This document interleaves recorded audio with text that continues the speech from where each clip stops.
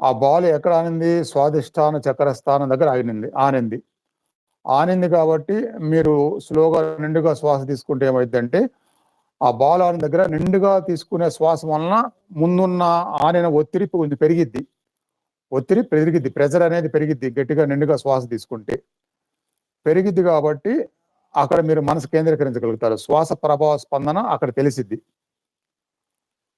తెలిసిన తర్వాత మొదటి రోజు చెప్పుకున్నట్టుగా ఆ నిండు శ్వాసని ఎవ్రీ టైమ్ ఆ నిండుగా తీసుకునే శ్వాస యొక్క లెంగ్త్‌ని కొద్దిగా తగ్గించుకోవాలి. ఎప్పుడు తగ్గించుకోవాలి? నిండుగా తీసుకుంటే ఆ బాల్ అనే దగ్గర కాన్సంట్రేషను, ఒక ఒత్తిడి, ఒక ప్రెషర్ అనేది బాగానే తెలుస్తుంది. అనిపించగానే ఆ శ్వాస లెంగ్త్‌ని 10% తగ్గించాలి. నిండుగా తీసుకుంటే 100% అనుకుంటే అందులో 10% తగ్గించాలి. తగ్గించినప్పుడు మీకు అలానే స్పందన, ఆ ఒత్తిడి, ప్రెషరు అక్కడ తెలిస్తే రెండో